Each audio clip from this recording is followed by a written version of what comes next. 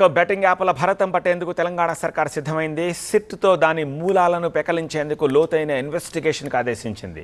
3 నెలల్లో betting apps అంతు చూడాలని నిర్ణయించుకుంది. మరి అంతర్జాతీయ మాఫియాతోటి లింకులున్న బెట్టింగ్ యాప్స్ను మన చట్టాలతో కొట్టగలమా? సిట్ ఎలాంటి ప్లాన్తో ముందుకు వెళ్ళబోతోంది? బెట్టింగ్ యాప్స్ కేసు తెలంగాణలో పెద్ద సమస్యగా మారింది. ఈ విషయంలో సీరియస్ గా ఫోకస్ పెట్టిన తెలంగాణ సర్కార్ 5 సభ్యులతో ఒక ప్రత్యేక దర్యాప్తు బృందం సిట్ ను ఏర్పాటు చేసింది. సిఐడి అడిషనల్ డీజీ ఆధ్వర్యంలో ఈ విచారణ జరగనుంది. 90 రోజుల్లో నివేదిక సమర్పించాలని డీజీపీ ఆదేశించారు. ఈ బృందంలో ఐజీ రమేష్ రెడ్డి, ఎస్పీలు Sindhu Sharma, Venkatalakshmi, additional SP Chandrakant, DSP Shankar ఉన్నారు. ఆన్లైన్ బెట్టింగ్ కు సంబంధించిన కేసులు దర్యాప్తు చేసి బెట్టింగ్ ను నిరోధించేలా చర్యలను ప్రభుత్వానికి సూచించనుంది. బెట్టింగ్ యాప్స్ క్రికెట్, క్యాసినో గేములను అందుబాటులోకి తెచ్చి కోట్లాది రూపాయలు దోచుకుంటున్నాయి. దీనిపై అనేక ఫిర్యాదులు రావడంతో హైదరాబాద్ లో ఇప్పటికే 25 మంది సెలబ్రిటీలు, ఇన్ఫ్లుయెన్సర్లు, 19 మంది యాప్ నిర్వాహకులపై కేసులు నమోదయ్యాయి. ఈ యాప్స్ వల్ల ఆర్థిక నష్టాలు, ఆత్మహత్యలు కూడా ఇటీవల పెరిగాయి. అందుకే ప్రభుత్వం సిట్ ను ఏర్పాటు చేసింది.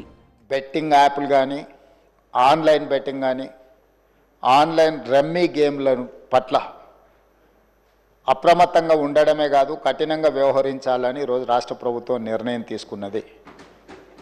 దీన్ని నిరోధించడానికి, నిషేధించడానికి అవసరమైన చర్యలు తీసుకోవడానికి ఒక స్పెషల్ ఇన్వెస్టిగేషన్ టీం, వీలైతే సిబిసిఐడి కానీ లేకపోతే అధికారులతో సమీక్ష చేసిన తర్వాత ఒక స్పెషల్ ఇన్వెస్టిగేషన్ టీంను వేసి కఠినంగా వ్యవహరించాలని చెప్పి ఈరోజు రాష్ట్ర ప్రభుత్వం నిర్ణయం తీసుకున్నది. అధ్యక్ష, సిట్ ముందున్న లక్ష్యాలు తెలంగాణలో బెట్టింగ్ అన్న పేరు వినిపించకుండా చర్యలు తీసుకోవడం. ఇది ఓ రకంగా సిట్ కు సవాల్. ఇదంత సులభమైతే కాదు, అలాగని అసాధ్యమూ కాదు. సిట్ బృందం ఆన్లైన్ బెట్టింగ్ కేసులను లోతుగా విచారించి వీటి వెనుక నిర్వాహకులు, ఆర్థిక మూలాలు, సాంకేతిక వ్యవస్థలను గుర్తించాలి. ఈ యాప్స్ చైనా, దుబాయ్, హాంకాంగ్ నుంచి నడుస్తున్నట్లు సమాచారం ఉంది. ఇవి హవాలా, క్రిప్టో కరెన్సీ ద్వారా డబ్బును తరలిస్తున్నాయి. హైదరాబాద్ లో ఒక్క కేసులోనే 100 కోట్ల రూపాయల లావాదేవీలు జరిగినట్లు పోలీసులు గుర్తించారు. సిట్ ఈ డబ్బు మార్గాలను ఛేదించి నేరస్తులను శిక్షించే ఆధారాలను సేకరించాలి. అంతేకాదు ఈ సమస్యకు శాశ్వత పరిష్కారం ఇవ్వడం సిట్ బాధ్యత. ఈ ఆన్లైన్ బెట్టింగ్ నిర్వాహకులకనే కాదు, ఆడేవాళ్లను, బాధితులను, అదేవిధంగా ఈ ఆన్లైన్ అడ్డగోలుగా నిర్వహిస్తున్న వాళ్ళ పట్ల శిక్షను కూడా పెంచడానికి అవసరమైన చట్టాలను కూడా అవసరమైతే మనం సవరించుకోవాల్సిన అవసరం ఉన్నది. అధ్యక్ష, ఎందుకంటే శిక్ష కఠినంగా ఉంటుంది, ఎక్కువ కాలం ఉంటుంది అని ఎప్పుడైతే తెలుస్తుందో నేరం అనేది తగ్గుతుంది. అనేక సవాళ్లతో కూడిన దర్యాప్తు ఇప్పుడు సిట్ చేయబోతోంది. బెట్టింగ్ యాప్స్ వెనుక అంతర్జాతీయ మాఫియా నెట్వర్క్లున్నాయి. వీటిని గుర్తించడం, వాటి సర్వర్లను ట్రాక్ చేయడం సాంకేతికంగా కష్టం. ఈ యాప్స్ స్థానిక ఏజెంట్లు, ఇన్ఫ్లుయెన్సర్ల ద్వారా ప్రచారం చేశారు.